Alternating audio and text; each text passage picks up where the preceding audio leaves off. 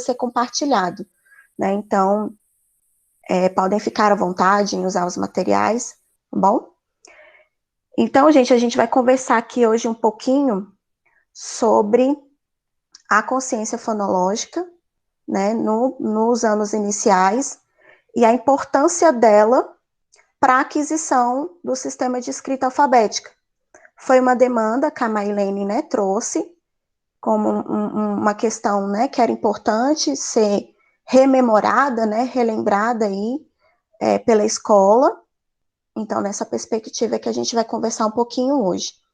Então, eu me chamo Graciele Garcia Soares, eu sou professora da Secretaria de Educação há 13 anos, sou mestre em Educação pela Universidade de Brasília, e atualmente eu estou como coordenadora intermediária na Regional de Taguatinga, né, assessorando aí pedagogicamente 4 escolas. Então, gente, eu gosto sempre de iniciar a minha conversa partindo, né, esclarecendo qual é o meu lugar de fala dentro desse campo, né, que é um campo multifacetado, que é um campo de muitas disputas, né, que é o campo da alfabetização e do letramento. Eu gosto sempre de esclarecer, e a minha fala ela vai ser dividida em 3 momentos, né, um momento mais teórico, onde eu vou trazer as teorias que embasam, né, não só os documentos da rede, mas que também embasam aí as minhas sugestões, né? Então, vai ser esse momento mais teórico, em seguida a gente vai trazer as sugestões, inspirações para vocês, e o terceiro momento a gente vai abrir aí para as perguntas, né, para o debate, para o diálogo. Claro que nada impede que se tiver aí uma pergunta muito latente, você possa se manifestar, abrir o seu microfone ou colocar no chat. Eu não estou vendo vocês mais, mas aí as meninas aí da direção podem me dar esse apoio. Se tiver uma pergunta, alguém que quiser fazer um comentário, não tem importância de a gente dialogar aí durante a apresentação, porque eu penso que dessa forma fica, né, mais didático e organizado. Então, gente, eu gosto sempre de enfatizar, né, que nós temos documentos muito robustos na nossa rede, né, nós temos aí o nosso currículo em movimento, as diretrizes, né, que dão um norte, né, dão um caminho de qual perspectiva, né, a alfabetização e o letramento está sendo pensada dentro da nossa rede.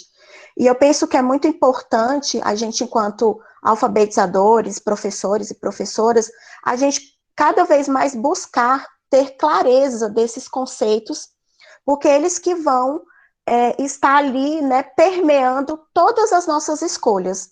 Às vezes a gente não sabe dizer com palavras, né, muito bonitas ou pedagógicas, mas é importante a gente ter claro, né, qual é o conceito de alfabetização que a rede adota, né, qual é o conceito de alfabetização que eu, enquanto professor e professora, né, estou adotando quando eu faço escolhas, né, por que eu escolho determinada atividade em detrimento de outra atividade, né, então a gente precisa estar sempre se cercando dessa intencionalidade pedagógica.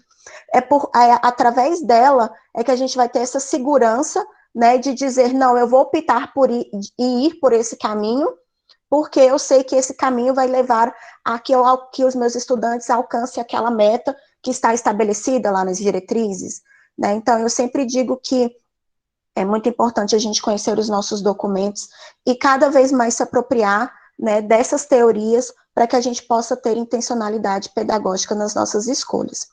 Então, de qual alfabetização e letramento eu estou, né, me referindo?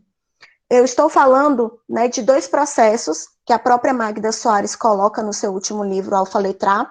São processos cognitivos distintos, portanto, a aprendizagem e o ensino de um e de outro é de natureza essencialmente diferente.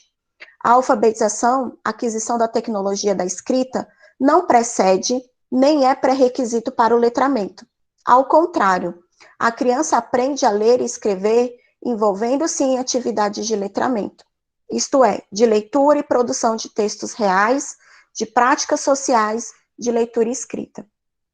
Então, gente, tanto a Magda Soares, né, que é uma das teóricas que está embasando os nossos documentos, né, como eu também, né, como estudiosa do campo da alfabetização e do letramento, Acredito que a alfabetização e letramento são esses dois processos, que acontecem, né, de formas diferentes, porém eles precisam estar associados, né? Exigem ensino e aprendizagens distintas, né? Ou seja, o objeto de conhecimento da alfabetização já está dizendo aqui, né? É essa aquisição da tecnologia da escrita, ou seja, é eu aprender o sistema de escrita alfabético ortográfico, mas eu não vou primeiro aprender um para depois fazer o uso, né, de forma social. Eu posso fazer isso de forma concomitante, né? Então, essa própria figura aqui, né, nos mostra que a alfabetização ela está inserida dentro do letramento, nessa perspectiva do estudante ser autônomo, né, o suficiente para fazer o uso dessa leitura e dessa escrita. Por quê? Porque a nossa sociedade é grafocêntrica. Então, toda a nossa evolução enquanto, né, indivíduos sociais e históricos está permeada pela leitura e pela escrita. Só que a leitura e escrita foi algo inventado. E se foi algo inventado pela nossa sociedade, então a gente precisa, né, ter uma mediação sistemática, né, de um outro que saiba mais, para que eu possa ter acesso, né, a essa atividade, né, sociocultural. Então, a gente acredita, e os documentos da rede traz, essa perspectiva da gente, né, alfabetizar letrando. Claro que cada processo tem a sua especificidade, mas eu jamais posso, né, pensar que eu primeiro vou ensinar o meu estudante a ler para depois escrever, ou vice-versa. Né? As duas coisas elas vão acontecer aí de forma concomitante. Claro que em algumas atividades você vai priorizar mais a faceta da alfabetização, né? Mas a gente sempre tem que estar pensando dentro do nosso planejamento de que esses processos eles precisam acontecer de forma concomitante. E aí, dentro dessas facetas que a própria Magda Soares traz, ela vem dizer especificamente quais são os objetos de conhecimento de cada uma delas. Porque, como eu disse, vai ter momentos que uma faceta vai se sobressair à outra. Né? A gente vai sim ter momentos de ensinar o som das letras, né, de fazer uma análise mais linguística das palavras, mas também vai ter momentos onde o letramento, né, o uso dos gêneros textuais, essa leitura mais deleite, ela também vai acontecer em sala de aula.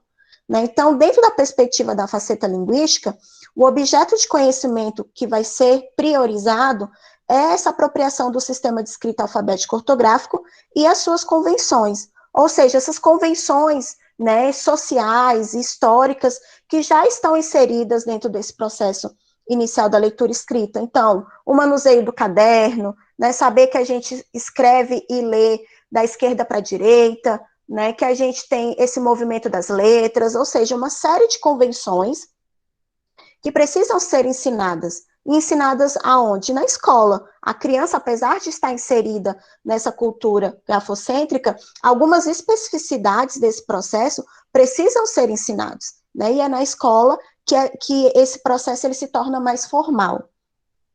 A gente tem a faceta interativa, que é justamente esse objeto do conhecimento, que é a produção e a compreensão do texto. Então, o texto como um centro, né, mas não como um pretexto. Então, o texto ele vai ser utilizado, né, por quê? Porque o texto está inserido dentro desse contexto social, né, então a gente vai ter aí a faceta sociocultural, que vai envolver os eventos, as questões culturais que envolvem a leitura escrita, mas a gente não pode também pensar que o texto é um pretexto somente para ensinar a ler e escrever. Não é dessa forma, né? O texto ele vai estar, de fato, sendo esse condutor, esse instrumento interativo para que cada vez mais o estudante possa reproduzir aquilo que ele aprende na escola ali no seu convívio, né? Que ele tenha essa autonomia de perceber que existe um valor, né, para ele um valor para ele aprender a ler e escrever. Não é só simplesmente para mostrar para a professora e o professor corrigir, né? Realmente existe aí essa questão sociocultural que envolve todo esse aprendizado da leitura e escrita de maneira mais formal. E aí, gente, eu vou trazer aqui um pouquinho para vocês, também ainda dentro dos pressupostos, O que a gente concebe, né, que seja essa leitura, esse aprendizado da leitura escrita? A gente acredita, e os documentos da rede também, é de que o indivíduo ele é um sujeito cognoscente, ou seja, ele é um sujeito que produz conhecimento, que está imerso dentro de uma cultura, de uma história, onde ele interage com os pares, e a partir disso ele vai construindo o seu próprio conhecimento, seja sobre questões do dia a dia, ou seja sobre leitura escrita, né? E a gente se apoia na Psicogênese da Língua Escrita, da Emília Ferreira e Ana Teberoski, que foi um estudo realizado pelas autoras, né, tendo como alicerce teórico o construtivismo, né, então elas tinham como aposte teórico a teoria, né, do Piaget, sobre o que seria o ensinar e o aprender, e aí a partir dali elas foram buscar, né, responder a pergunta de como que as crianças pensam sobre o que seja ler e escrever. Né? Então, a intenção delas, das duas pesquisadoras, era compreender o que as crianças pensam sobre o ler e o escrever e como elas representam, né, aí por meio das hipóteses, esse pensamento. Então, a gente tem aqui a ilustração, né, de como uma criança pode escrever a palavra tesoura, considerando as etapas, né, os níveis aí que a própria Emília Ferreira e Ana Teberoski trazem no livro A Psicogênese da Língua Escrita. É importante, gente, a gente deixar claro que a psicogênese da língua escrita é um estudo científico, né, ou seja, é uma pesquisa que foi realizada com crianças na Argentina, para justamente responder aquelas duas perguntas que eu falei anteriormente. Então, de maneira nenhuma, a intenção da Emília ou da Ana Teberoski foi criar um método de alfabetização ou dizer como se deveria, né, ensinar a ler e escrever. A intenção, né, dessas duas autoras, e isso foi o que realmente, né, trouxe toda essa revolução conceitual, né, para o campo da alfabetização e do letramento na década de 80, foi justamente elas tiraram o foco do ensino e levaram o foco para a aprendizagem, ou seja, a gente tirou o foco da história de querer saber como eu ensino a ler e escrever, para o foco de como o meu estudante aprende a ler e escrever. Então, essa é a revolução conceitual, mas como toda revolução conceitual, ela precisa passar por uma didatização. O que é isso? Fazer com que algo que está ali, né, inserido numa linguagem mais acadêmica, né, numa linguagem um pouco mais científica, trazer para o chão da sala de aula. E aí foi nesse momento, né, da transposição didática que vieram alguns equívocos relacionados à interpretação da hipótese, né, da psicogênese da língua escrita. Então, algumas questões, né, que alguns estudiosos colocam, né, que o construtivismo, que é o responsável pelo fracasso na educação, na alfabetização brasileira, justamente foram esses equívocos, né, essa maneira de didatizar, de tornar o conhecimento público, que trouxe algumas questões aí que fazem com que alguns estudiosos, né, considerem a psicogênese da língua escrita dos responsáveis pelo fracasso da alfabetização. E a gente sabe que não é isso. Primeiro ponto é porque a psicogênese da língua escrita jamais foi instituída como um método, uma forma de se alfabetizar. Né? Ela foi para além disso. Ela veio trazer para a gente, elucidar para a gente como que essa criança aprende. Porque essa criança ela não é uma tábula rasa. Nem todas as crianças precisam aprender, começar a aprender a alfabetização pelas vogais. Tem criança que está muito mais à frente, né? Então, por que eu preciso que todos comecem pelo mesmo ponto de partida, se cada um está, né, num nível? Então, a intenção dos estudos da psicogênese foi justamente isso, mostrar como que as crianças estavam pensando, para, a partir dali, o professor, né, dentro das metodologias existentes, poder traçar as suas metas. Mas aí, né, como eu disse, cada pessoa interpreta de uma forma, e aí começaram os grandes equívocos.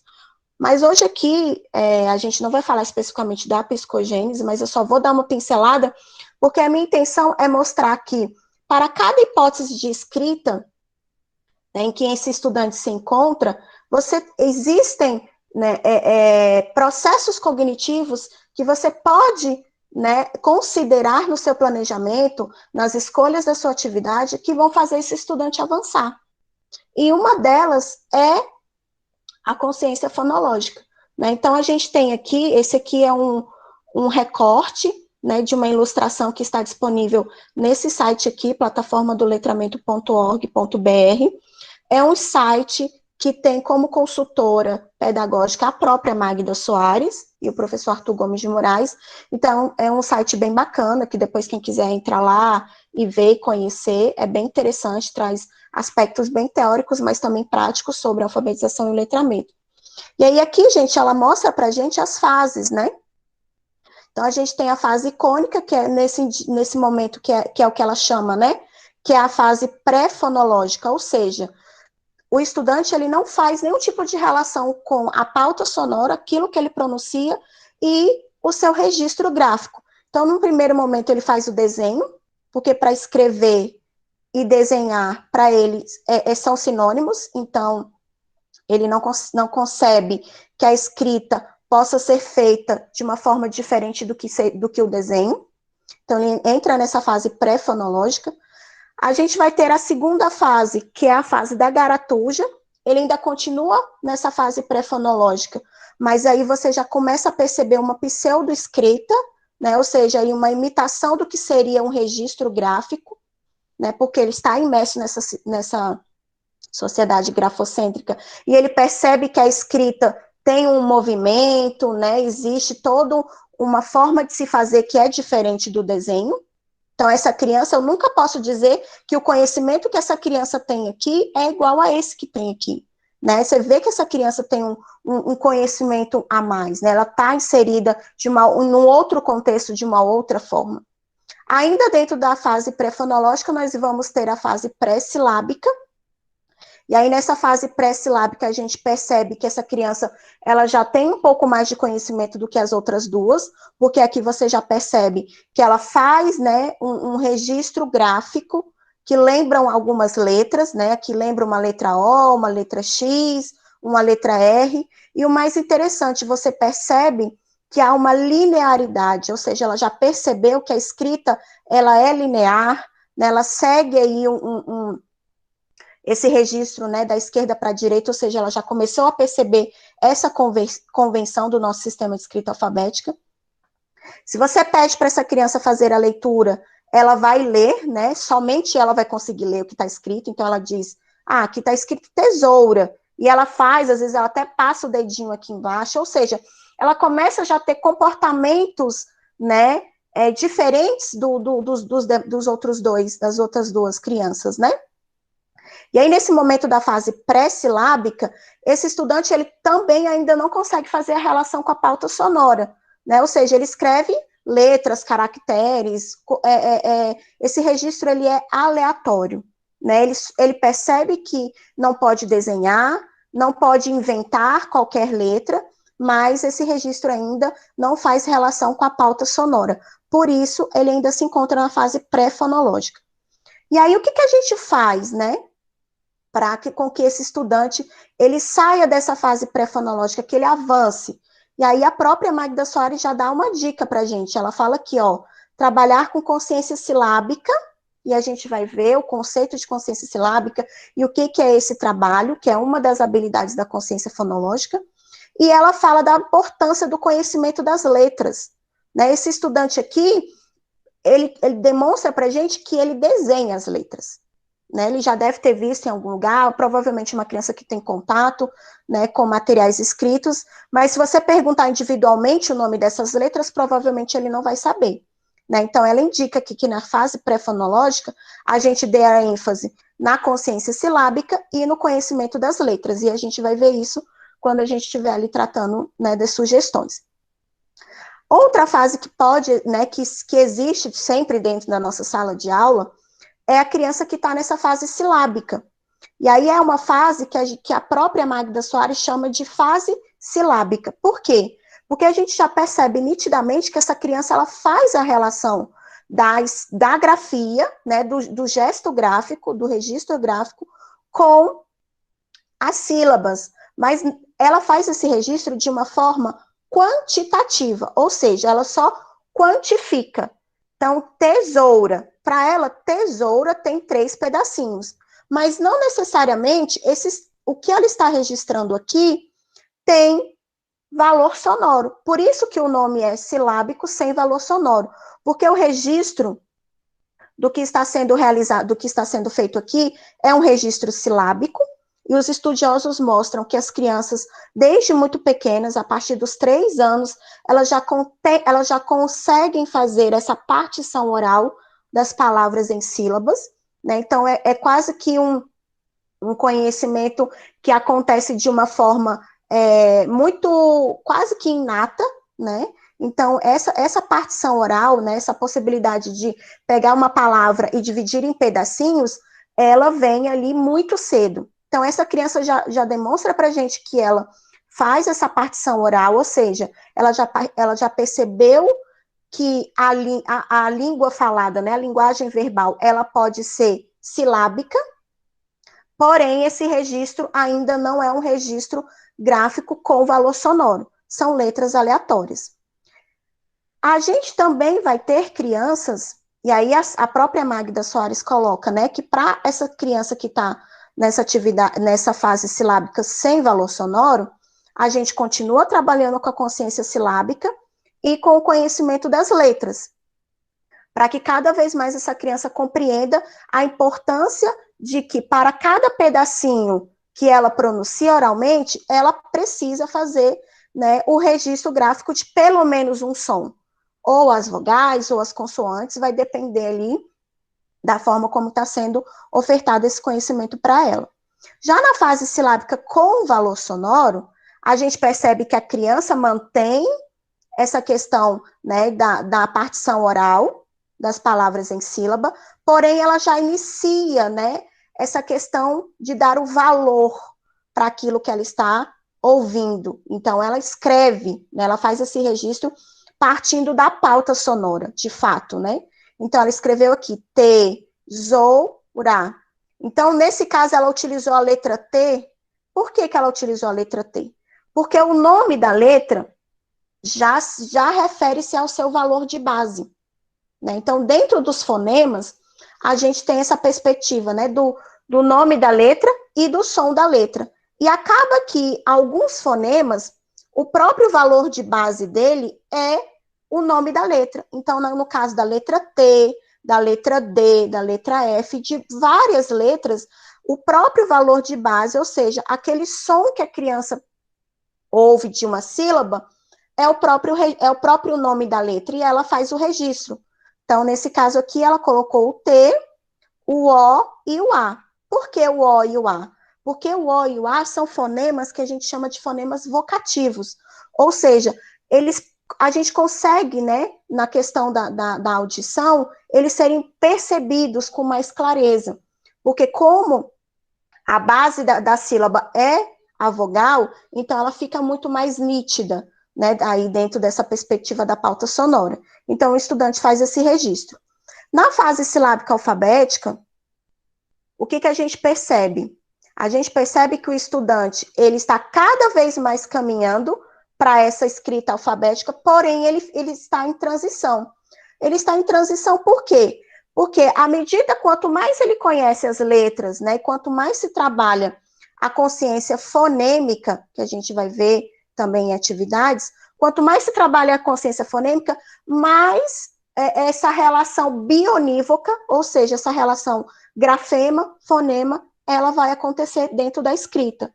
Né? Então, a gente tem aqui, ó, T, então, para ele já percebeu que só o sonzinho, só a letra T, não representa a sílaba T, então ele já percebeu a necessidade de se escrever a vogal, porém, nas outras letras, ele ainda está numa escrita silábica. Então, por hora, ele escreve de forma alfabética, mas na mesma palavra também pode acontecer dele escrever de uma forma silábica. Então, é essa transição que a gente precisa aí tá sempre de olho, né, para a gente não nivelar as crianças por baixo, né? E aí a gente vai ter o nível alfabético, né? Então, a gente vai ter essa criança aí fazendo essa relação grafofonêmica, ou seja, pautando-se na sonoridade das letras, das palavras, ela vai fazendo um registro bionívoco, ou seja, uma letra para um som. Mesmo que esse som, essa grafia não seja a grafia, vamos dizer assim, correta, né? Porque como ela está escutando tesoura, ela está escutando o som do Z. Então, ela vai fazer essa relação fonológica do som com a letra. Claro que nessa questão aqui, a gente sabe que tem aqui uma questão da ortografia, mas para a criança alfabética, a relação é sempre uma letra para cada som. Vai ser a nossa intervenção, a nossa mediação é que vai fazer com que esse estudante perceba que algumas letras vão assumir outros sons, né? E aí você pode estar se questionando, Graciele, ele não fez o registro da letra U, né? Então, quando ele faz esse registro aqui, tesoura, ele está se pautando aonde? Na oralidade. Ninguém fala tesoura, né? A gente não dá ênfase nesse U. Esse U, ele fica ali suprimido. Então, ele fez o registro tal qual ele escuta na sua pauta sonora. E aí, gente, é importante a gente deixar claro que essa criança aqui, alfabética, ela ainda não está alfabetizada, tá? Ela ainda precisa percorrer um caminho dentro das propriedades do sistema de escrita alfabética para chegar nesse nível ortográfico, ok? Então, a Emília Ferreira e a Ana Teberoski, elas param aqui, no nível alfabético. Quem dá continuidade nesse pensamento da questão do estudante, né, ir para o nível ortográfico é a Magda Soares e o Arthur Gomes de Moraes, tá? Então, nesse momento aqui, o teste da psicogênese, ele não vai mais atender às necessidades para que eu possa identificar quais são as regularidades e irregularidades da língua que eu preciso identificar para ajudar o meu estudante a se tornar cada vez mais ortográfico e, por consequência, alfabetizado, ok? Então, aqui, nesse caso, a gente vai utilizar o mapeamento ortográfico e não mais a psicogênese da língua escrita, ok? Então, gente, isso aqui foi só uma explicação um pouco mais rápida, né, sobre o que seriam esses níveis, para a gente compreender que para cada um deles, a gente vai ter aí uma especificidade, uma habilidade da consciência fonológica para que a gente possa ir trabalhar. E o que é essa consciência fonológica? Né, então, a gente vai aqui hoje, né, tentar compreender o que é essa habilidade, né, tão importante aí para o nosso sistema de escrita alfabética, mas também a gente vai desconstruir alguns mitos, né, algumas coisas que estão aí em volta dessa temática. Então, a consciência fonológica, de acordo com o Arthur Gomes de Moraes, é uma constelação de habilidades metalinguísticas que levam o indivíduo a refletir sobre as partes sonoras das palavras de sua língua. Então, a consciência fonológica, ela está dentro, né, dessas habilidades metalinguísticas, ou seja, essa habilidade que o estudante vai ter de refletir sobre a sua própria língua, né? Então, a consciência fonológica vai auxiliar o estudante a refletir qual parte da língua? As partes sonoras das palavras. Dentro da consciência metalinguística, e a gente vai ver no próximo slide, existem outras habilidades que vão fazer com que a gente reflita sobre outros aspectos da nossa língua. Mas no caso da consciência fonológica, a gente vai refletir sobre as partes sonoras das palavras, ok? E aí, gente, o que é importante a gente deixar claro é que a consciência fonológica, ela é uma habilidade necessária para o processo de aquisição do sistema alfabético, mas ela não é a única. Ela não é a salvadora da pátria, tá? Não é somente eu trabalhar a consciência fonológica que eu vou fazer com que o meu estudante se alfabetize. De maneira nenhuma. Essa alfabetização, ela vai ficar cheia de lacunas. Eu preciso trabalhar as outras habilidades metalinguísticas, por isso que a consciência fonológica está dentro dessa constelação de habilidades, para que o meu estudante, de fato, se alfabetize. Porque se eu considero somente a consciência fonológica, eu vou desconsiderar, por exemplo, o letramento. né? E a gente percebeu aqui, a gente já trouxe essa perspectiva de que a gente precisa alfabetizar letrando. Então, se eu somente enfatizo a consciência fonológica, eu estou dando ênfase somente à alfabetização. E o letramento? Onde é que fica, né? Outra questão também que a gente precisa considerar é que a consciência fonológica ela não é um método de alfabetização e ela não é exclusividade de um determinado método. Ela está dentro dessas habilidades metalinguísticas que são necessárias para o aprendizado do sistema de escrita alfabética. Então, ela não é exclusiva de um método e ela também não é um método de alfabetização. Ela é uma habilidade que a gente precisa trabalhar dentro de todo esse processo multifacetado que é a alfabetização e o letramento. E ela também não é uma modinha pedagógica, né? A gente tem visto aí muitas lives, né? Muita gente falando de consciência fonológica, e parece que a consciência fonológica surgiu de uns 5 anos para cá, o que não é verdade. Já existem estudos somente aqui no Brasil desde a década de 80, né? Então, antes mesmo da própria Emília Ferreira e Ana Teberoski chegar no Brasil, a gente já tinha estudiosos, né, da psicologia cognitiva trabalhando com o conceito de consciência fonológica. E um dos pioneiros foi o professor Arthur Gomes de Moraes, né? Então, claro que fora do Brasil já se trabalhava com consciência fonológica desde a década de 70, né? Mas aqui no Brasil, de fato, foi com a dissertação do professor Arthur Gomes de Moraes, né, que de fato a consciência fonológica, que na época a gente chamava, né, os estudiosos chamavam de realismo nominal, e a gente vai ver, né, o porquê, que foi de fato, né, inserido esse conceito aí dentro do campo da alfabetização e do letramento, pensando para ações para a sala de aula, porque o conceito ele já existia, mas ele ainda estava muito ali na academia, né, nos estudos científicos, e foi o professor Arthur que começou a fazer essa didatização desse conceito para chegar à sala de aula, né, e o professor poder ir colocar em prática. E aí, gente, por que eu digo que não é somente, eu não, né, os estudiosos dizem, que não é somente a consciência fonológica que vai dar conta, né, de alfabetizar e letrar o seu estudante, é porque a gente precisa disso tudo aqui, ó. Consciência semântica, consciência sintática, consciência morfossintática, consciência metatextual, pragmática e a fonológica para poder alfabetizar o estudante, né? Ou seja, é justamente esse guarda-chuva, né, essa constelação de habilidades que são necessárias para alfabetizar, né? Então, hoje a gente vai ver aqui um pedacinho, né, desse processo de alfabetização e letramento, ou seja, existem outras consciências que a gente precisa também considerar, ok? E aí, gente, o que é essa consciência fonológica, né? O que tem dentro, né, desse conceito aí, que está dentro dessa consciência metalinguística? A gente vai ter uma hierarquia. Então, dentro da consciência fonológica, dentro dessa capacidade que o estudante tem de refletir sobre as partes sonoras das palavras, eu vou ter, dentro da própria consciência fonológica, subhabilidades que precisam ser consideradas para o planejamento das minhas atividades. E aí, dentro da consciência fonológica, eu vou ter as sílabas, as rimas, a aliteração, as próprias palavras e os fonemas. E aí, autores, né, como Magda Soares, Arthur Gomes de Moraes, o Jaime Zorzi, dentre outros, falam que, além da gente ter essas subhabilidades dentro da consciência fonológica, nós teremos uma hierarquia na aquisição dessas habilidades, que precisam ser consideradas.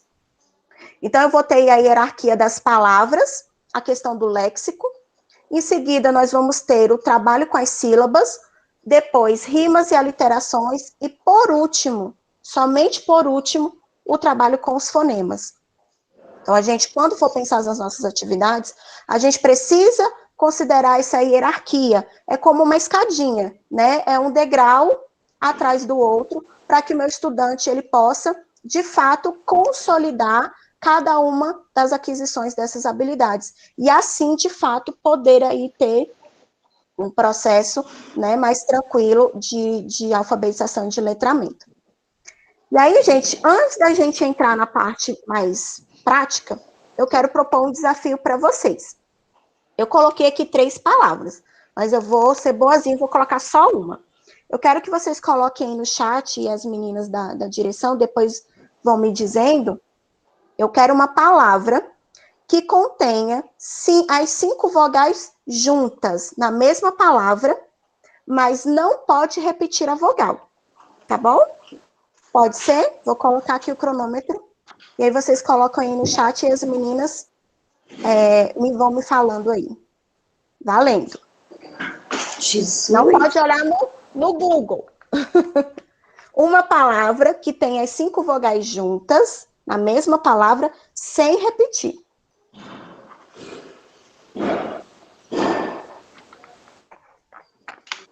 Bora lá, oxigenar esse cérebro aí, vocês não dormirem. Ninguém ainda? Difícil. É nada, pensa aí. As 5 vogais seguidas? Não precisam ser seguidas. Elas só têm que estar na palavra e não pode repetir.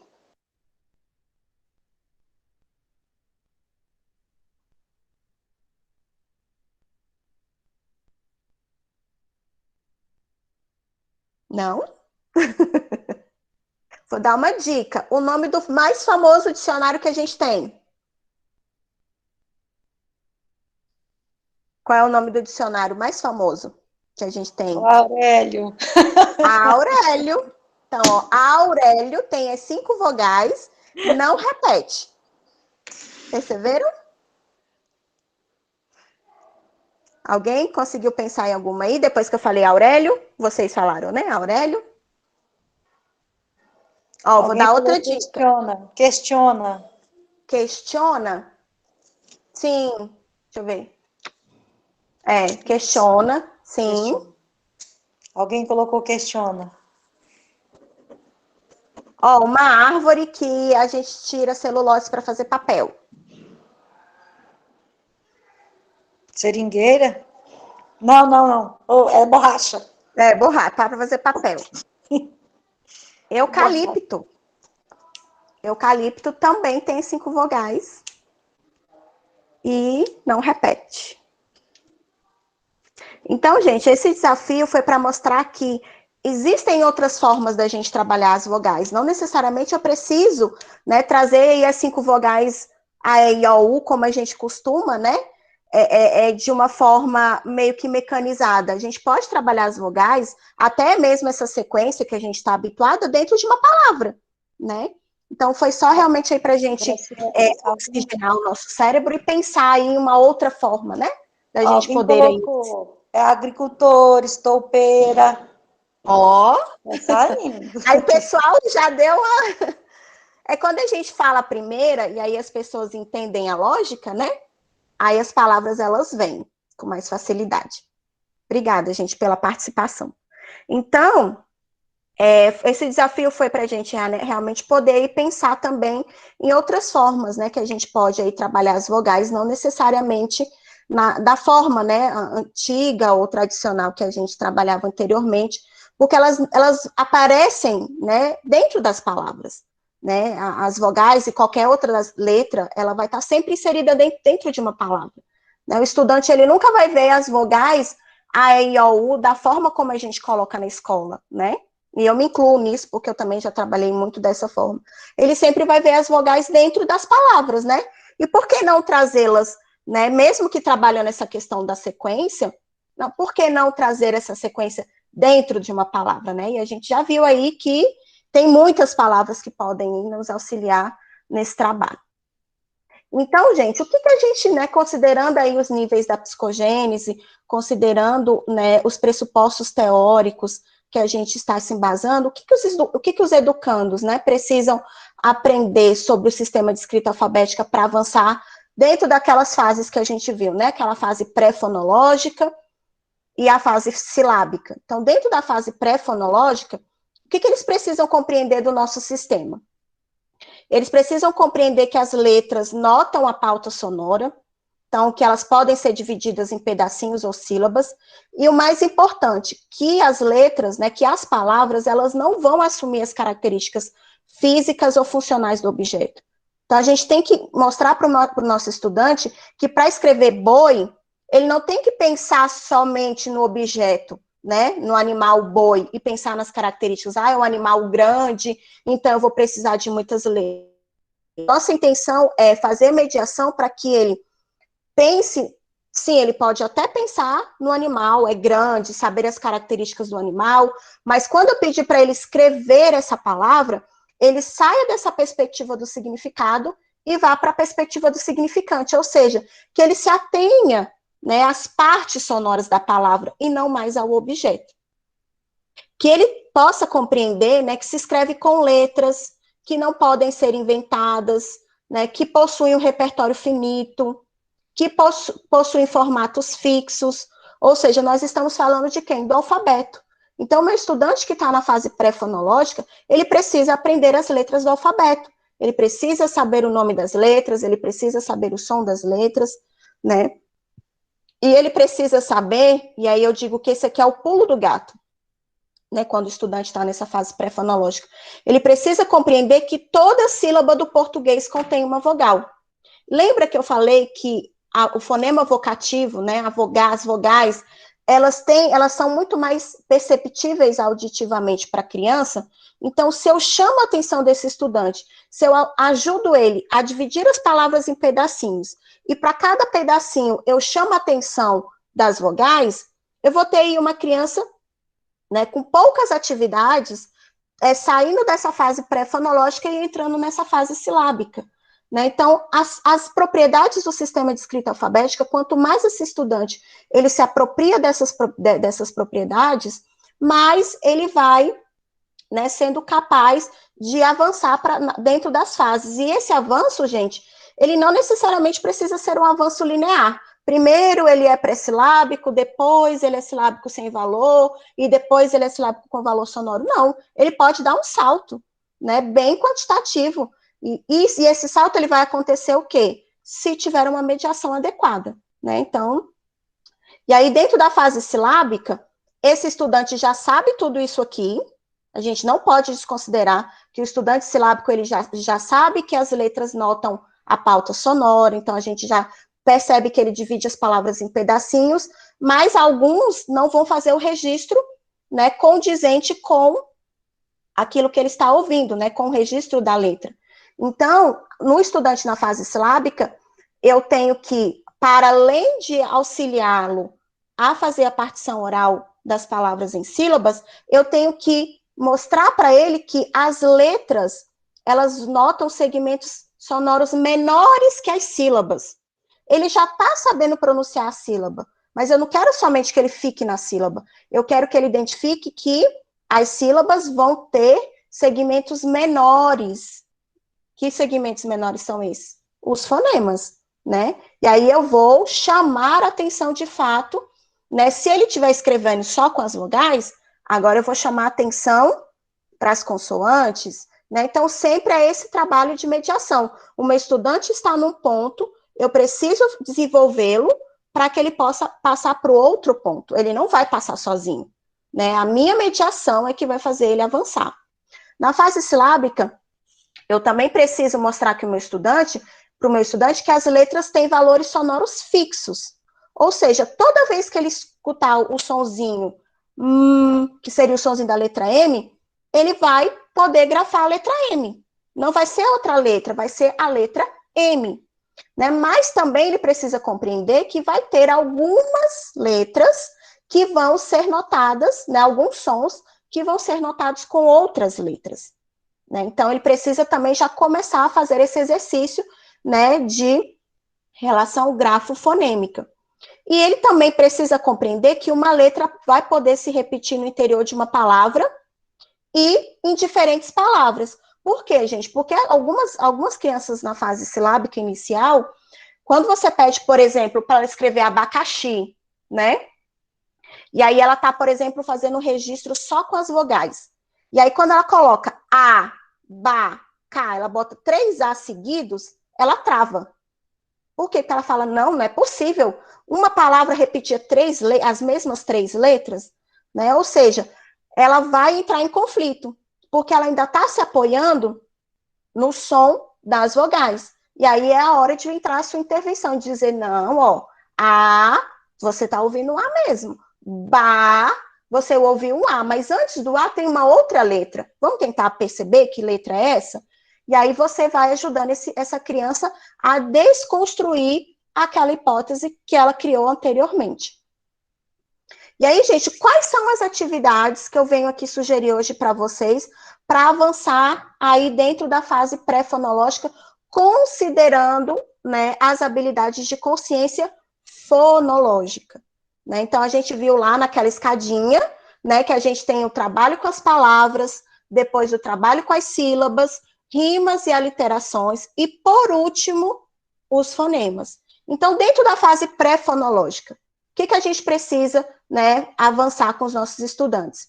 A gente precisa auxiliá-lo, a gente viu anteriormente, né, de que ele precisa perceber que as palavras representam a pauta sonora, né? E como é que eu vou fazer isso? Através do trabalho com a consciência fonológica, ou seja, eu vou ajudar o meu estudante a dividir as palavras em pedacinhos, em sílabas. E nada melhor do que a gente começar com o nome da criança, né? O próprio nome da criança já vai possibilitar esse trabalho com a consciência fonológica, né? Então, eu trago aqui o nome do meu filho, Júlio, e aí o Júlio César, né, ele sabe o nome dele, ele reconhece o nome dele, né, ali na fichinha, mas ele não sabe me dizer nem o nome das letras, nem se eu mudar uma letra de posição ou outra, para ele não faz diferença nenhuma. Por quê? Porque ele está numa fase pré-fonológica. Ele sabe desenhar o nome dele, ou seja, ele memorizou a grafia do nome dele, mas ele não sabe fazer a análise linguística do nome dele, porque ele está na fase pré-fonológica. Então, cabe agora a minha mediação para que ele possa avançar dentro dessa perspectiva. E aí, qual é o meu primeiro passo? Trago o nome do Júlio e digo, Júlio, você sabia que o seu nome pode ser dividido em pedacinhos? Né? Então, a gente fala Júlio, mas eu posso também falar Ju-li-o. E aí, deu quantos pedacinhos? Deu 3 pedacinhos. Então, vamos colocar aqui bolinhas de massinha, pecinhas de Lego, o que você tiver ali de concreto para auxiliar essa criança a visualizar que o nome dela tem 3 pedacinhos. Então ótimo, 3 pedacinhos. Você consegue me dizer o nome dessa sua primeira letra aqui, do seu nome? Isso aqui é uma letra, a primeira letra do seu nome. É o J. Você sabia que ela tem um sonzinho, ó? Ju, J. É o mesmo sonzinho da sua letra. Então, vamos escrever aqui, ou colocar um alfabeto móvel, enfim. E qual é a última letra do seu nome? A letra O. Você sabe me dizer algo que começa com O? Ou que termina com O, igual no seu nome? Ou seja, eu vou fazer esse trabalho de reconhecimento das letras dentro do nome do Júlio César. Ok? Isso dentro dessa perspectiva para que ele possa avançar na fase pré-fonológica. Graciele, o Júlio já consegue identificar os pedacinhos do nome dele, ele já compreendeu a letra inicial, a letra final, é muito importante, porque depois a gente vai trabalhar com a literação e a assonância, e a gente vai fazer justamente o uso da letra inicial, e também é importante o estudante identificar a letra final, porque nós iremos trabalhar com rimas, né, e as rimas também precedem esse som final, né, então o estudante, ele precisa, dentro da extensão da palavra, saber o que é início e o que é final. E aí, no trabalho, dando continuidade nesse trabalho, a gente pode agora partir para o nome dos colegas, né, para que ele possa fazer o quê? Uma comparação entre as palavras. Qual é a palavra maior? Júlio, que tem 3 pedacinhos, ou Heloísa? E aí ele vai contar os pedacinhos, ou seja, ele vai sair dessa perspectiva de, quando eu perguntar para ele qual é o nome maior, Júlio ou Heloísa, que ele não pense somente no tamanho, né, na estatura. Tia, eu sou maior do que a Heloísa, porque a Heloísa é baixinha, eu sou alto. Ele tem que sair dessa perspectiva do realismo nominal e começar, de fato, a poder fazer a análise das palavras. Porque ele está aqui comparando o tamanho, não do indivíduo, mas o tamanho do nome da criança. Então, ele vai perceber que Júlio tem 3 pedacinhos, mas Heloísa tem 4 pedacinhos. Né? Então, a palavra Heloísa é maior do que a palavra Júlio. Lucas é menor do que o Júlio na palavra, e Sol vai ter somente um pedacinho. Ou seja, essa análise das palavras, né, de tamanho de palavras, ajuda a criança a cada vez mais abandonar essa fase do realismo nominal. Graciela, o Júlio César já consegue fazer comparação de palavras, tá tudo certo. Então, vamos avançar. E aí, a gente vai avançar para onde? Para o interior do nome dele, né? Então, eu tenho aqui Júlio. Então, ele já sabe que tem 3 pedacinhos. E aí, a gente vai chamar atenção para cada um desses pedacinhos de forma individual, né? Ou seja, trabalhando aí já na perspectiva da aliteração, né? Então, eu tenho o Ju do Júlio. Qual mais alguma palavra que você conhece que tem o Ju do Júlio? Ah, Jujuba. Muito bem. Tem mais alguma outra? E aí ele vai desenhar, vai procurar na revista, enfim. O Li. Ah, também no nome do Júlio a gente tem um pedacinho Li. O que começa com o Li, que também tem na palavra do nome do Júlio? Ah, livro. Outra coisa, limão, né? E aí outras palavras, enfim. A gente também tem a letra O. Ah, o O do olho e o O do ovo. Ou seja, a gente já começa a fazer o Júlio César a olhar para o interior das palavras, porque ele vai precisar fazer isso também nas outras palavras. Aqui o olhar foi para um olhar mais silábico, né? Para as sílabas, para os pedacinhos. Mas eu também posso fazer esse olhar para o interior das palavras a partir das letras individualmente. Né? Então, o trabalho com o fonema, com a letra individual, ela acontece dentro das palavras. Não necessariamente eu vou ficar fazendo treino fonético com as crianças individualmente ou uma letra por semana. Né? Eu posso fazer isso dentro de um contexto, né, de uma sequência didática, de uma palavra-chave, enfim. Então, eu vou ter aqui, ó, procure em sua casa um objeto com a letra inicial correspondente para cada letra do seu nome.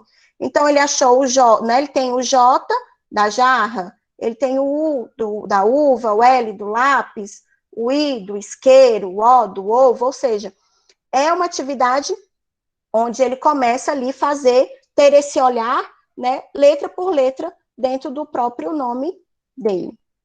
Ainda dentro da fase pré-fonológica, já expandindo, né, fazendo essa expansão para outras palavras, a gente vai ter a perspectiva de comparação de palavras, né, agora na perspectiva dos objetos, né, porque as crianças, elas ficam um tempo considerável, né, no realismo nominal. Então, eu coloquei aqui 2 imagens de propósito, né, porque a gente sabe que o caderno, na vida real, é bem menor do que o quadro. E aí eu pergunto, né, faço a seguinte pergunta: qual tem mais pedacinhos? Caderno ou quadro? E aí o estudante, ele vai ter que, né, sair dessa perspectiva de pensar a característica do objeto e focar a sua atenção ali para os pedaços da palavra. Então, ele vai descobrir que caderno tem 3 pedaços e quadro tem 2 pedaços. Então, nesse momento, ele vai perceber e aí as suas perguntas, né, é que vão fazer esse estudante cada vez mais avançar aí dentro da perspectiva, né, e caminhando para essa fase mais silábica. Aqui a gente tem uma atividade de aliteração, ou melhor, de assonância. Por quê? Porque a ênfase aqui é no som inicial. E qual é o som inicial? O som da primeira letra, né? Então, eu tenho aqui unicórnio, estrela, urso e uva. E aí eu pergunto, quem é o intruso? Então, o intruso aqui é quem? A estrela. Por quê? Porque a estrela começa com, né, estrela começa com a letra E, com o sonzinho E, e não U, como uva, unicórnio, ou urso e unicórnio. E aí, gente, o pulo da atividade aqui não é simplesmente somente o meu estudante identificar quem é o intruso. Eu quero que ele explique para mim por que estrela é a intrusa, né? Ou seja, essa explicitação verbal é que faz com que esse meu estudante, de fato, consolide os processos cognitivos ali que estão, né, dentro do processo de identificação, né, da letra inicial, no caso aqui, a vogal U, tá? E aí, gente, essa atividade aqui, eu digo que ela é a cereja do bolo. Essa atividade aqui é a que vai, de fato, me dá uma comprovação, né, um feedback, se de fato esse estudante ele está compreendendo todo esse processo da relação da pauta sonora, né, com a grafia. Porque nessa atividade aqui, ó, eu vou pedir para o meu estudante identificar o som das letras, e aqui no caso as vogais, se esse som está no início da palavra, no meio ou no final. E eu só consigo fazer essa relação, meu estudante só consegue realizar essa atividade se eu tiver feito um bom trabalho, né, de identificação de letra inicial, letra final, essa questão da partição oral, né? Então, essa atividade aqui, ela só vai fazer sentido se a minha mediação tiver sido, né, nessa perspectiva de auxiliar o meu estudante, né, nessa identificação das partes orais das palavras. Então, eu vou ter aqui o A, né, o A do anel, tá onde? No início, no meio da palavra ou no final? Então, meu estudante, ele tem que ter essa capacidade de identificar sonoramente, depois ele pode fazer o registro com letra móvel, não somente fazer o registro da letra A, mas os outros sons que ele estiver ouvindo, porque ele já vai ter essa capacidade, né? Então, essa é uma atividade que ela é realmente uma atividade de desafio, né? Para, de fato, eu perceber o quanto que esse indivíduo, ele já está preparado, vamos dizer assim, para as próximas atividades, né? Que aí as próximas atividades já vão ser mesmo da fase silábica. Então, o meu estudante, ele está nessa fase silábica, então eu vou fazer com que ele faça atividades para que ele possa avançar para a próxima fase. E essas atividades aqui, gente, vão ser tanto atividades para estudantes com valor sonoro ou sem valor sonoro, ok? E aí, gente, essa atividade aqui, ó, é uma atividade de aliteração, só que é uma atividade de aliteração diferente da anterior, porque na anterior eu estava trabalhando a assonância, né, que é o som da vogal. Agora aqui, eu quero que ele perceba o som pedaço, né, o pedaço inicial, a sílaba inicial, porque ele está na fase silábica. Então, o pedacinho inicial para ele já consegue identificar. Só que aí eu quero que ele vá não somente identificar, me dizer qual que é o som inicial, mas que ele possa me dizer o porquê que determinado figura não começa com um determinado som, né? É o porquê que faz com que esse estudante consolide, né, o seu aprendizado. Então, eu tenho aqui boneca, bolo, boné e casa. Então, quem é o intruso? Ah, o intruso é a casa. Por quê? Porque começa com K, e não bó de boneca, bolo e boné. Nessa atividade aqui, palavra dentro de palavra, o meu estudante ele vai nomear cada figura. Depois que ele nomear, ele vai tentar descobrir se existe uma palavra dentro da outra. E esse trabalho aqui, gente, ele só faz sentido para o meu estudante se ele, de fato, consegue fazer essa partição oral, né? E além da partição oral, ele consiga identificar os pedaços, o som, né? Os pedaços de cada palavra. Então, eu vou ter aqui limão. Se eu tiro o primeiro pedacinho, li, vai sobrar o quê? Mão. Mas ele só consegue fazer essa atividade se ele já tiver esse costume de manipular as sílabas. Então, eu não posso simplesmente achar que só o fato do meu estudante contar os pedacinhos já é o suficiente. Não, porque dentro da consciência silábica, eu vou ter processos cognitivos que também precisam ser trabalhados. Então, além da contagem e da segmentação, eu tenho que trabalhar a adição de sílabas, a subtração de sílabas, tanto inicial, quanto final, quanto medial. Ou seja, eu preciso considerar outros processos cognitivos para que esse estudante comece a avançar para a fase alfabética. A mesma questão aqui, sapato. Ah, sapato. Se eu tiro o primeiro pedacinho de sa, vai sobrar o quê? Pato. Ah, então dentro de sapato existe a palavra pato. Outro trabalho que a gente também realiza dentro da fase silábica, com maior ênfase, é a questão das rimas. Né? Então, as rimas, elas já vão estar dentro, então quer dizer, Graciele, que na fase pré-fonológica eu não vou trabalhar rimas? Vai trabalhar rimas, mas você vai trabalhar rimas numa perspectiva de identificar rimas. Porque os estudiosos mostram que o processo cognitivo de identificar, ele é muito mais fácil, vamos botar entre aspas, do que produzir. Porque quando eu já chego para o meu estudante assim, gente, vamos produzir aqui uma rima, o que é que rima com bola?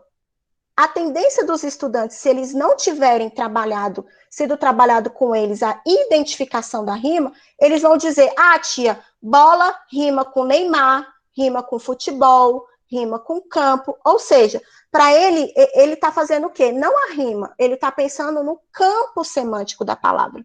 Ele está fazendo associações semânticas.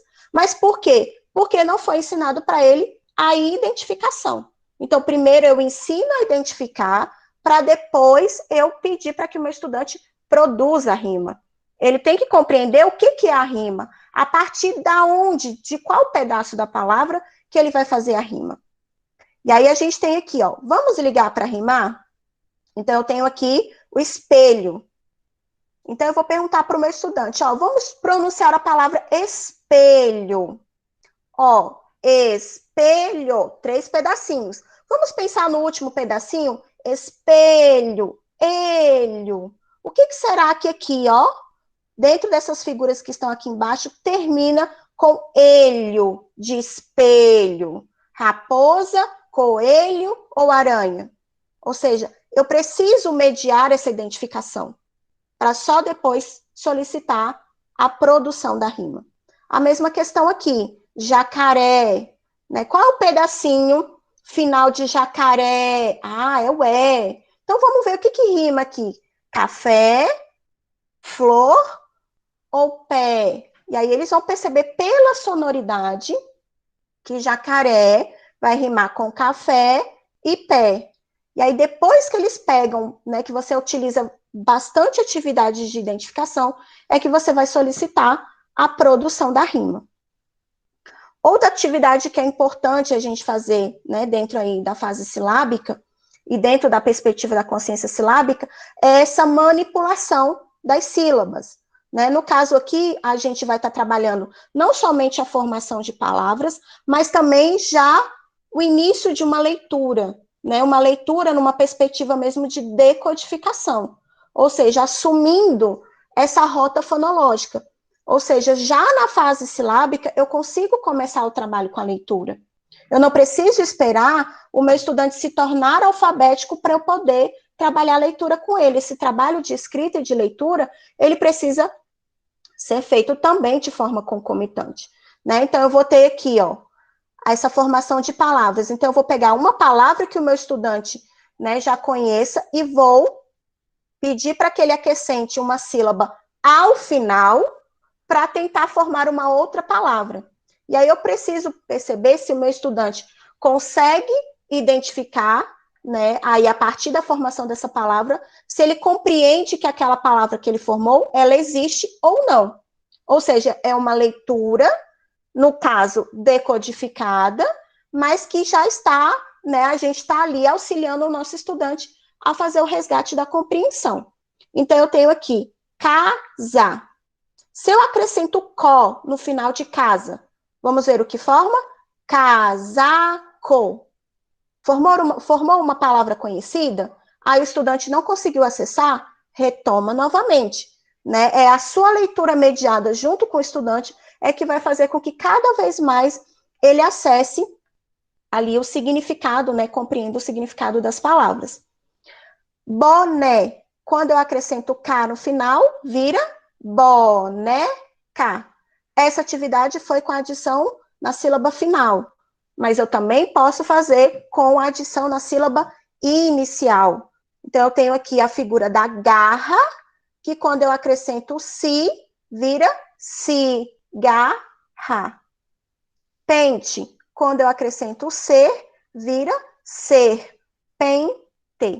Então, percebam que é uma atividade onde eu manipulo as sílabas, né? Então, eu tenho esse processo cognitivo de manipulação, mas eu também tenho o processo cognitivo de decodificação, né? Das sílabas aí para o avanço na leitura.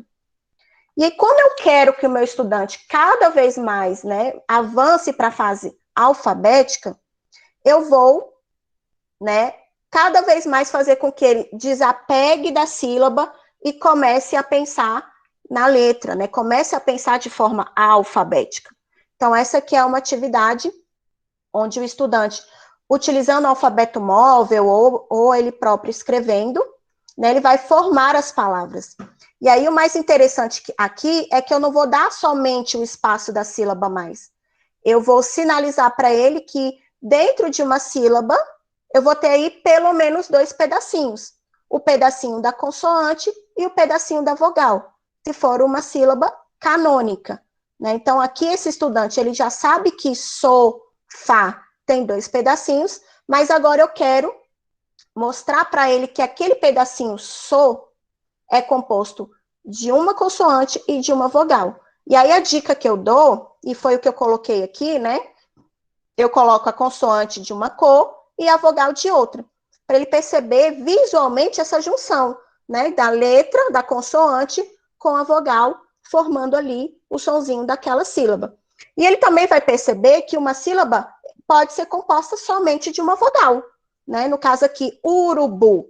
Então, u é uma sílaba e vai ter somente uma letra, né? Então, a gente precisa também trabalhar não somente a formação silábica da consoante vogal, né? Eu tenho também que oferecer palavras com outras estruturas silábicas para esse meu estudante poder aí ter esse contato, né, com a letra e poder ir desconstruindo, né, essa questão aí da fase silábica e possa ir cada vez mais entrando na fase alfabética. Então, gente, o que a gente percebe até agora? A gente percebe que a compreensão do sistema de escrita alfabética, ele sempre vai vir acompanhado de um desenvolvimento linguístico e cognitivo da criança. Então, a gente vai trabalhar com processos cognitivos de segmentar, agrupar, adicionar, contar, né? E sempre na busca de o quê? De auxiliar esse estudante na compreensão e na apropriação do princípio alfabético. Vocês podem perceber que todas as atividades que eu sugeri até agora, elas são atividades que precisam de uma mediação. Não tem como eu simplesmente só entregar a atividade para o meu estudante e não ter alguém para fazer essa mediação. Né? Essa mediação agora, a gente sabe que está bem complicada, né? Por causa do ensino remoto, do contexto, enfim. Mas essas atividades que eu trouxe em específico são atividades que as professoras, né, que eu acompanho as escolas, realizam no Google Meet e que tem dado, né, bastante resultado e as crianças têm avançado dentro dos níveis. É claro que existem outras atividades, mas algumas elas não são possíveis de fazer nesse contexto, né, e a gente não pode desconsiderar isso. Então, as atividades que eu estou trazendo aqui para vocês, foram pensadas nessa perspectiva dessa mediação virtual, né, e por meio das aulas síncronas, ou por meio de áudios no WhatsApp, ou seja, precisa ter uma mediação, né, as atividades as crianças não vão conseguir realizar sozinhas, elas só vão conseguir realizar sozinhas aquelas atividades que elas já têm costume de fazer, que não vão fazer elas avançarem. Né, aquelas atividades ali que elas já consolidaram e elas ficam só mesmo ali meio que numa repetição de atividades. Então, vocês vejam aí, verifiquem quais que... Deixa eu só colocar aqui o carregador no celular. E aí vocês vão ver quais atividades de fato podem ser consideradas dentro do contexto de vocês, e são inspirações, né? Vocês é que vão decidir quais delas é que de fato vocês vão conseguir aplicar. Pensando nesse avanço, né? Então a gente chegou no avanço da fase alfabética, né? Então o nosso estudante, ele já percebeu que a fala se constitui em cadeias sonoras, que a língua escrita é a visualização dessas cadeias sonoras, então ele já está começando a fazer essa relação grafema-fonema, ou seja, uma série de aspectos que já foram aprendidos, mas que ainda precisam ser consolidados, né? Consolidados em que aspecto? Então, na fase alfabética, o meu estudante, ele precisa, né, perceber que as sílabas elas vão variar nas combinações. Porque até então, a nossa ênfase é maior, e não só porque está no processo de alfabetização e de letramento, é porque Na nossa língua portuguesa, a gente vai ter, de fato, mais palavras com a estrutura silábica consoante-vogal. Mas a gente também tem outras combinações, e a gente precisa ofertar essas outras combinações. E é na fase alfabética é que começam esses conflitos, né? Então, além da gente oferecer outras combinações de estruturas silábicas, a gente também vai precisar ensinar para esse estudante que, além das letras, né, na escrita das palavras, a gente vai utilizar acentos. Aí você fala, ai, Graciela, então quer dizer que eu não estava ensinando para os meninos? Sim, a gente estava ensinando. Só que nesse momento a gente vai chamar mais atenção, principalmente para sinalizar a questão da tonicidade. Lembra que os nossos estudantes estão também no processo de leitura? E a tonicidade das palavras é que ajuda o meu estudante a fazer esse resgate da compreensão. Né? Porque a decodificação é só essa relação de olhar a letra e fazer, né, e decodificar o som. Mas a gente sabe que leitura não é isso. Né? Leitura é eu decodificar, mas também compreender o que eu estou lendo. Então, a tonicidade das palavras, né, o trabalho com a questão da acentuação, ela ajuda muito, né, nesse trabalho aí de fluência e de compreensão leitora. E também, nessa fase alfabética, a gente já vai estar sinalizando para os nossos estudantes que nem todas as letras podem ocupar certas posições no interior da palavra, né? E nem todas as letras podem vir juntas. Então, por exemplo, eles vão aprender que não dá para escrever rato com 2 R's, mas ele vai perceber que carroça já é com 2 R's, não pode ser com um R só, porque senão vai ficar caroça. Ele vai perceber que não se escreve nenhuma palavra, não se inicia nenhuma palavra com C cedilha, né? Então, ou seja, são aspectos já mesmo de questões ortográficas que vão começar a ser inseridas nessa fase alfabética.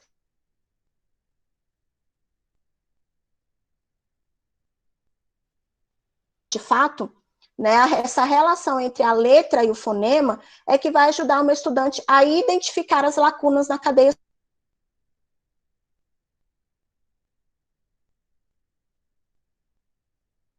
Qual é a letra mais adequada para representar aquele fonema.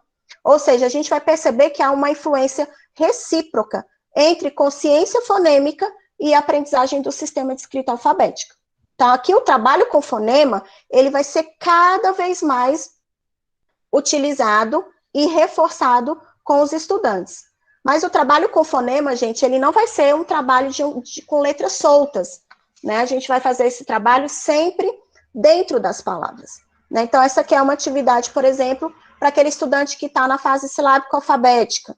Né? Ele já está ali escrevendo as palavras, mas por hora ele come uma letra, né? Ele se confunde, às vezes ele faz só o registro da vogal, ou ele faz só o registro da consoante. Então, eu quero que esse estudante ele comece a perceber os sons, né, dentro das palavras. E aí, essa atividade aqui de completar com a sílaba, ela é justamente para isso. Por quê? Porque vocês podem perceber que todas as sílabas que eu coloquei aqui como sugestão, todas elas terminam com o mesmo som, com a mesma letra. Ó, mas eu quero o quê? Que o meu estudante perceba essa letra aqui, ó, as consoantes que formam essa palavra. Porque o O, ele já ouve, ele já percebe há muito tempo. Mas eu quero que ele perceba qual dessas sílabas aqui vai ser adequada para né, completar a palavra pássaro. Vai ser passá-lo, pássaro ou passaco? Ou seja, é o fonema que vai ajudar o meu estudante a fazer a diferenciação e perceber qual é a sílaba que falta. Eu posso fazer isso tanto no aspecto final, como também no aspecto medial. Que a gente percebe que os estudantes nessa fase, como a gente fez um trabalho, né, muito de aliteração, de rimas, eles ficam muito focados no som inicial e no som final. E aí, no som medial, às vezes eles podem se confundir. E aí, esse trabalho aqui, ó, também continuo repetindo as mesmas, né, a mesma vogal no final, e eu mudo só a consoante. Então, é cameca, caneca ou caseca. E aí eu posso colocar aqui, gente, os fonemas que as crianças estão confundindo, né? Que seriam os pares mínimos, o F e o V, o T e o D, né? Para que eles possam aí tentar sanar as suas dificuldades. Outra atividade também, e aí vocês vão perceber, gente, que essas atividades, elas vão sempre estar na perspectiva de trabalhar tanto a escrita quanto a leitura, né? Então, eu tenho aqui, ó, a adição da sílaba inicial. Então, eu vou pegar duas palavras e vou pedir para o meu estudante, ele já sabe fazer, né, essa partição oral em sílabas, e aí eu quero aqui que ele pegue a sílaba inicial de pi e a sílaba inicial de pá, para formar uma outra palavra. E aí, qual a palavra que formou? Pi, pá. A mesma coisa aqui, morango e lápis.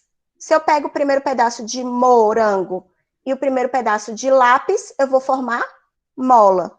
E aqui a mesma questão. Eu peguei duas palavras, aqui eu vou pegar três palavras. E aí eu posso ir aumentando cada vez mais esse repertório. Então, eu vou ter chá. Então, eu estou trabalhando atividades de formação de palavras e leitura de palavras. Nessa fase silábico-alfabética, a gente precisa, e a gente viu lá, que é uma das propriedades que a gente precisa ensinar para os nossos estudantes, é as outras estruturas, né? Para além da consoante vogal. Então, eu vou ter aqui o detetive de palavras, que é o quê? O meu estudante, como ele está oscilando, né? Tem hora que ele escreve silábico, tem hora que ele escreve alfabético, eu vou ajudá-lo a parar de oscilar. Então, eu tenho aqui livros, que ele sabe que tem dois pedaços. Mas aí eu não quero mais que ele pense somente nos dois pedaços. Eu quero que ele comece a pensar nos pedaços menores que compõem essas sílabas. E aí, aqui, gente, eu já vou trabalhando na perspectiva da sílaba complexa, né? Que é o livros. Então, eu vou ter consoante, consoante, vogal e consoante. Ou seja, o V, o R, o O e o S. Então, essa é uma atividade onde eu já começo a trabalhar essas estruturas complexas com eles, né, para que eles possam aí se sentir desafiados.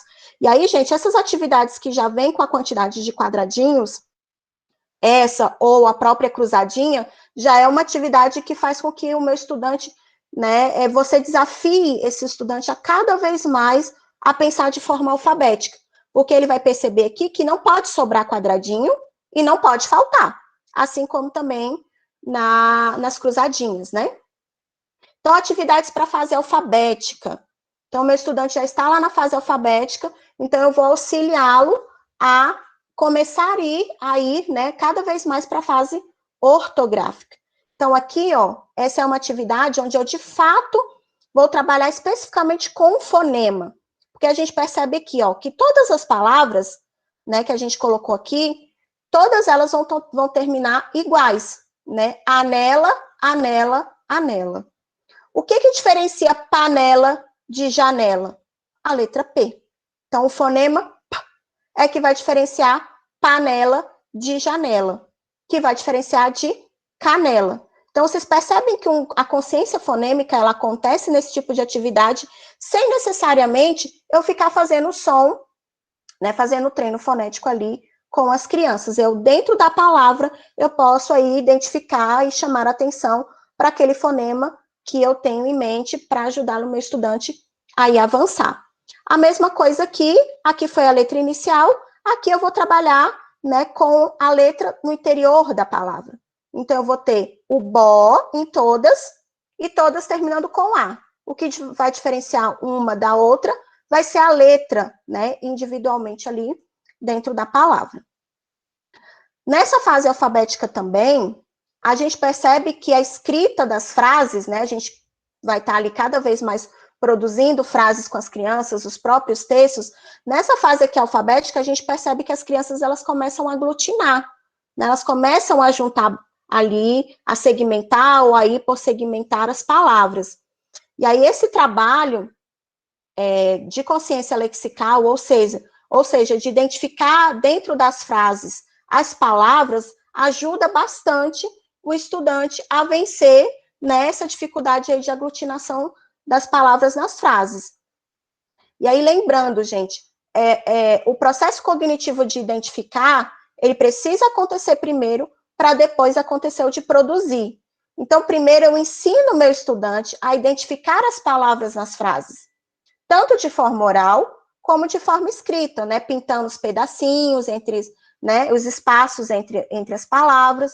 Então, aqui eu tenho, Joana adora ler muitos livros. Ou você lê a frase para o estudante, e aí junto com ele vai pintando cada uma das palavras que foi pronunciada dentro da frase, ou você mesmo pode pedir para que ele leia, né, porque como ele já está nesse processo aí de leitura, então, nesse momento aqui, qual é a nossa intenção? É ele perceber que na frase Joana adora ler muitos livros, ele vai ter 5 palavras. Então, ou seja, ele vai precisar pintar 5 quadradinhos. E aí, gente, esse trabalho, né, de consciência lexical, ele ajuda muito, principalmente, por exemplo, quando os estudantes vão escrever, por exemplo, a frase, né, o menino foi à escola. A tendência deles, né, é de juntar o menino. Porque para eles, na cabecinha deles, o não pode ser considerado uma palavra, né? O artigo o não pode ser considerado uma palavra. E aí, pensando também nessa fluência, né, da cadeia sonora, a gente não fala o menino, a gente fala o menino, tudo junto. E aí, é nessa consciência lexical é que a gente vai chamando a atenção dos estudantes. E aí, aqui em seguida, ele vai produzir a frase a partir da imagem, e aí depois ele mesmo vai contar quantos pedacinhos, né, quantas palavras ele escreveu naquela frase que ele mesmo produziu. E aí aqui você pode fazer as intervenções, caso ele ainda não tenha, né, identificado aí essa questão das palavras dentro das frases. Outra atividade também que eles gostam bastante, né, as cartas enigmáticas, onde ele vai ter que escrever a letra inicial, né, de cada uma das palavras, das figuras, e formar uma palavra. Então, a atividade aqui maior é muito mais de leitura do que de fato escrita, né? Porque a letra inicial ele já faz isso com o pé nas costas, né? Então, botem aí, gente, no chat qual é a palavra que vocês descobriram. Avião, rato, vela, olho, repolho e estrela. A de baixo é espelho, sapo, carro, ovo, lápis e abacaxi.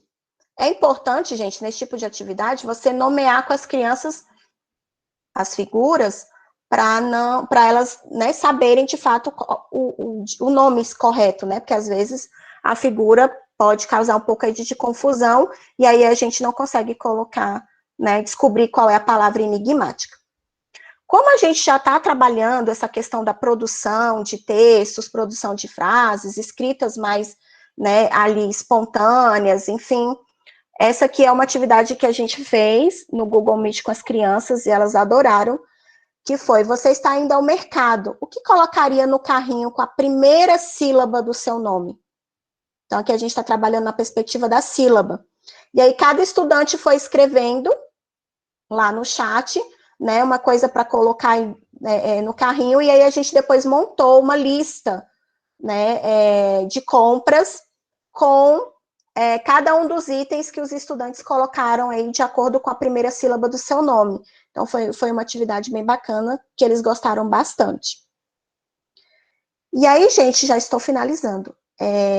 A gente, né, dando continuidade nessa fase alfabética, a gente, né, precisa aí fazer com que os nossos estudantes avancem nas estruturas silábicas. Por que eu digo isso? Nessa fase alfabética, a estrutura consoante-vogal, ela está muito estabilizada, muito consolidada, né? Então, o estudante, ele está fazendo aquela escrita, né, bem bionívoca, bem relação fonema-grafema. Escutou o som, eu escrevo a letra. Escutou o som, eu escrevo a letra. Como tem alguns fonemas que eles são líquidos, que a gente chama, né? Ou seja, eu não consigo auditivamente prestar atenção, né, com uma atenção tão seletiva nesses fonemas, aí qual é a tendência do estudante? É voltar-se para aquilo que ele tem facilidade. Então, por exemplo, você pediu para o seu estudante escrever prato. Esse som r do prato é um som líquido, né? O som do R, ele não é tão audível assim. E aí, o que acontece? Se o estudante ele não tem certeza, ele prefere ir para aquilo que ele tem mais firmeza, que é o quê? A consoante vogal. E aí ele escreve pato, ao invés de prato. Então, esse tipo aqui de atividade é justamente para a gente desestabilizar, para forçar ele a sair ou melhor, desafiar, né? Desafiar ele a sair dessa perspectiva consoante-vogal e começar a pensar em outras perspectivas, porque isso também vai influenciar na leitura, né? Quando ele se deparar com uma palavra que contém estruturas silábicas diferentes da consoante-vogal, ele vai travar na leitura, ou ele não vai conseguir fazer o acesso do significado. Então, esse tipo aqui de atividade é justamente para desestabilizar essa questão da consoante-vogal. Então, eu vou ter aqui copo, para eu transformar em corpo. O que eu preciso fazer? Quais letras eu preciso acrescentar? Né? Então, isso aqui é uma atividade bem bacana para esse aspecto. Essa aqui é uma atividade que eles gostam bastante, e eu digo que é uma atividade diagnóstica. Por quê? Porque aqui ele vai ter que descobrir qual é a música, né? Então, é uma música do repertório deles. Então, a partir aqui dos ícones, né, das figuras, ele vai ter que descobrir qual é a música, e em seguida ele vai ter que escrever essa música de memória, né? Que música que é essa? Alguém já conseguiu descobrir? Se conseguiu, coloca aí no chat. É a música do Pirulito Bate-Bate, né? Então, ele vai ter que fazer o registro dessa música, Pirulito que Bate-Bate, de memória. E aí, o que a gente pediu para fazer nas escolas que eu acompanho? A gente pediu para tirar foto. E aí, o estudante tirou a foto e mandou para a professora. E a partir da escrita de memória, a gente conseguiu fazer, claro que não um mapeamento completo, mas conseguiu ter uma noção, né, de quais regularidades e irregularidades da língua portuguesa, na parte ortográfica, esse estudante estava tendo dificuldade.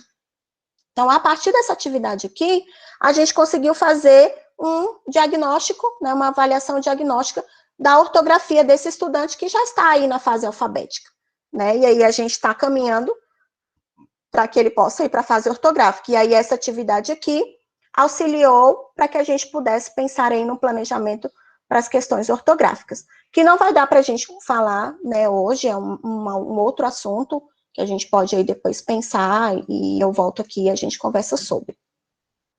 Então, gente, qual foi a minha intenção aqui hoje?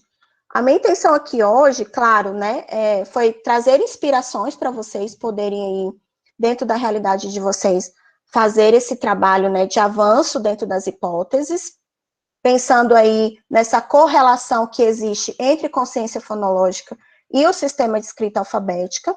Para o quê? Para que a gente possa, né, conforme aqui a Lorandi, que é uma professora de linguística, coloca, né, se quisermos um aluno autônomo, ele precisa saber pensar sobre a língua de modo a poder tomá-la como objeto do pensamento e manipulá-la conforme sua vontade. E nós precisamos auxiliá-lo no processo de tornar-se consciente. Então, todas as atividades, né, tudo que a gente, né, trouxe aqui hoje para vocês, foi nessa perspectiva de ajudar o nosso estudante a pensar sobre a língua, a manipular essa língua, e principalmente fazer com que essas atitudes, né, e essas atividades o tornem cada vez mais autônomo. Mas isso só vai acontecer se a gente auxiliá-lo nesse processo. É claro que no remoto não dá para a gente fazer como faz no presencial. É humanamente impossível. Isso aqui, gente, já era para ter passado, claro, né? A gente nunca imaginou que ia passar pelo que a gente está passando, né? E nem que ia durar tanto tempo. Mas essa interação aqui na tela, ela é falha, né? Tem coisas que a gente não consegue realizar. E a gente tem que aquietar o nosso coração e a gente tem que dormir com a consciência tranquila de que algumas coisas a gente consegue fazer no remoto, sim, muita coisa. Mas algumas coisas vai ser só no presencial, né? Então, o que eu trouxe aqui para vocês foi nessa tentativa de poder fazer o que é possível no remoto, mas lembrando que isso aqui é um pedacinho, né? Nada vai substituir a interação ao vivo, presencial e a cores que o processo de alfabetização precisa, ok? E aí, gente, eu deixo aqui as minhas referências dos livros que eu utilizei, tanto para a parte teórica quanto para a parte prática, né? Então, a gente vai ter aqui o livro Consciência Linguística na Escola, da professora Ana Paula Scherer e da professora Clarice Wolff. Os 2 livros da Magda, o último livro que ela lançou em 2020, Alfa-Letra, Toda Criança Pode Aprender a Ler e Escrever, o livro Alfabetização, a Questão dos Métodos, de 2016, o livro do Arthur, Consciência Fonológica na Educação Infantil e no Ciclo de Alfabetização, o livro Consciência Fonológica em Crianças Pequenas, da Marlene Adams, e o livro Coletânea de Atividades Orais para a Sala de Aula sobre Consciência Fonológica, da professora Suzy Ilha. Então, gente, eu deixo aqui o meu muito obrigada, desculpa por eu ter me alongado, mas agora eu estou aberta, né, para a gente aí conversar, trocar ideias, né, sobre o que a gente conversou aqui. Deixo os meus contatos, este aqui é o meu Instagram, quem quiser e quem gostar, né, pode ir lá me seguir, eu sempre coloco atividades, sugestões, lá quem tiver interesse. E esse também aqui é o meu e-mail, para quem quiser também trocar aí figurinhas, enfim, a gente possa aí conversar sobre alfabetização e letramento. Então, gente, muito obrigada e estou à disposição agora para as perguntas.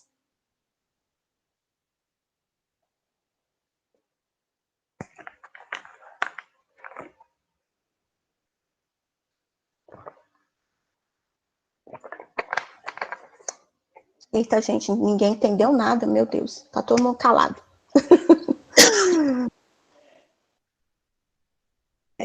Oi, Graciele. Na verdade, né, eu vejo assim, a alfabetização é algo muito amplo, né?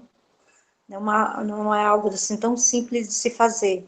Sim. Então, requer muito conhecimento, requer muita intervenção, né? Mas a sua fala assim foi bem pertinente. Quando você aborda a teoria e a prática, eu acredito que todos de alguma forma vai estar plantando sementinha em cada um, assim, no repensar de algumas práticas, no repensar de como atender o seu aluno, na melhor forma de se chegar a essa aprendizagem, né? Então, eu costumo dizer que a alfabetização ela não é simples. É árdua, é trabalhosa, exige muito tempo, exige muito planejar. Então, a sua fala foi, assim, um leque a mais, acho que para todos. Para mim, principalmente, que eu gosto muito da alfabetização, né? A Magali fala que eu estou, assim, no pé da aposentadoria, mas ainda tem mais alguns aninhos ainda. Né? Mas eu acredito que vai ajudar todos, né? De alguma forma, no seu pensar e no seu fazer. Né? Porque é uma troca. É igual eu disse no início do início da fala, é uma troca, né? É uma reflexão de mudanças que a gente pode agariar no nosso trabalho. Você assina aqui. Só um minutinho aqui. Fico feliz, Mailene, com a sua fala. Realmente, a intenção é essa, né? É trazer sugestões mesmo, a gente pensar o nosso fazer em sala de aula. Eu penso que quem escolhe trabalhar com os anos iniciais, especificamente, né, é um eterno estudioso, né, uma pessoa que vai precisar sempre estar se aperfeiçoando, né, se desenvolvendo profissionalmente, estudando, porque cada vez mais esse campo da alfabetização e do letramento, ele é um campo de disputa, né, ele é um campo multifacetado, então nós vamos ter muitos teóricos aí falando muitas coisas, e é importante, né, a gente ter clareza do nosso fazer pedagógico, de dizer, não, eu vou por esse caminho, né, porque a minha escolha está pautada, né, nessa forma de fazer, nessa forma de pensar, e aí a gente vai trazendo, né, cada vez mais intencionalidade para a nossa ação, e principalmente com resultados, né? Eu penso que, às vezes, é claro que em alguns momentos, não vai ser a gente que vai colher aquele resultado, né? Mas a gente tem que pensar que o trabalho, ele é um trabalho progressivo, ele é processual, até porque a gente está dentro de um bloco, né, numa perspectiva de ciclos. Então, os direitos de aprendizagem, eles precisam ser garantidos, né, independente se esse estudante conseguiu alcançar ou não, né, aquela meta proposta para o ano, mas a gente sabe da importância que a gente tem de considerar a progressão das aprendizagens. E quando a gente trabalha dentro da perspectiva do ciclo, e aí a gente escolhe, né, como pressuposto teórico a Emília Ferreiro e a Ana Teberoski, é porque a gente acredita que de fato é um processo, né, que é um processo dentro do bloco. Então, as nossas escolhas, né, as escolhas pedagógicas dos nossos documentos, elas não são aleatórias, né? Se a gente trabalha dentro de um bloco, pensando nessa questão de que o sujeito ele é cognoscente, que ele tem as suas hipóteses, é porque a gente acredita que existe uma progressão, né? Então, a gente precisa pensar nisso quando a gente vai fazer o nosso planejamento, né? E principalmente pensar que a gente trabalha com turmas heterogêneas. Por mais que a gente classifique, né, os nossos estudantes dentro dos níveis, mesmo dentro dos níveis, a gente vai ter as singularidades, né? E a gente só vai compreender essas singularidades e o que fazer com elas quando a gente cada vez mais se apropria dessa teoria e tenta, né, fazer a transposição aí para a nossa prática. Então, a minha intenção hoje foi essa, né, e espero realmente ter conseguido aí, de alguma forma, fazer com que vocês, de fato, cada vez mais se apropriem para poder, né, fazer essa ação pedagógica aí cada vez mais intencional. E de uma forma colaborativa, né? Porque o trabalho no bloco, ele é colaborativo, né? A professora do primeiro ano introduz, a professora do segundo ano amplia e a professora do terceiro ano consolida. Então, é um trabalho colaborativo, né? Não tem como dizer que não é. Alguém fez alguma pergunta no chat, eu acho. A Cleide fez uma pergunta para você. Tem um aluno com dislalia. Qual a sua sugestão para ele avançar? Fico angustiada, não percebo o avanço. Cleide, as crianças com dislalia, né, elas têm essa questão mesmo da dificuldade com a linguagem verbal, né? No caso dele, é claro que ele precisa de um acompanhamento aí de um especialista, de um fonoaudiólogo, mas dentro da sala de aula, o que eu te aconselho? A você ser o apoio na oralidade dele, né? Você ajudá-lo nessa questão da verbalização, né? Porque ele vai precisar do apoio da linguagem para poder fazer a escrita, né? E ele tem justamente a falha no apoio da linguagem. Então, você, né, é que vai ser esse apoio até o momento que ele conseguir consolidar algumas questões, né? E aí, essa consolidação, essa questão, por exemplo, da instalação dos fonemas, né? Isso aí você não vai conseguir fazer, né? Isso aí precisa ser feito realmente com um profissional da fonoaudiologia e outros, né? Mas no momento da escrita, ele vai precisar do seu apoio verbal. Você vai precisar, em muitos momentos, verbalizar para ele. Porque aí você verbaliza, ele faz a escrita corretamente, e aí aquilo ali vai ficando na memória, né? No léxico mental dele. Então, ele vai pegando palavras estáveis, né? Você trabalhar com listas de palavras estáveis para ele poder fazer essa relação, né? De dizer assim, ai, professor, eu estou com dificuldade, por exemplo, de escrever prato. Ele está com dificuldade daquele som, o sonzinho do R, vamos supor, né? E aí, se ele tiver uma lista de palavras que você ajudou ele a construir, você pode fazer a seguinte intervenção, ó, prato de praça. É o mesmo sonzinho, é a mesma escrita. Vamos lá na lista, vamos lembrar, vamos fazer a leitura novamente, ó. Prato é o P-U-R-U-A, é o mesmo pra de praça. Então, vamos escrever praça? Então, o apoio da linguagem verbal com o apoio do registro gráfico por meio da lista ajuda esse estudante que tem essa dificuldade, né, na dislalia. Então, você vai precisar, sim, ser o apoio dele enquanto ele está fazendo aí esse acompanhamento nas questões, né, verbais com os outros profissionais. Essa é a dica que eu te dou. Na construção de listas de palavras, né, estáveis, para ele poder fazer essa comparação. Mais alguém? De nada, Cleide. E lembrando que algumas palavras ele sempre vai errar, né? Porque é a dificuldade dele, né? A gente não pode desconsiderar. Não tem algumas coisas que realmente vão acabar passando, né?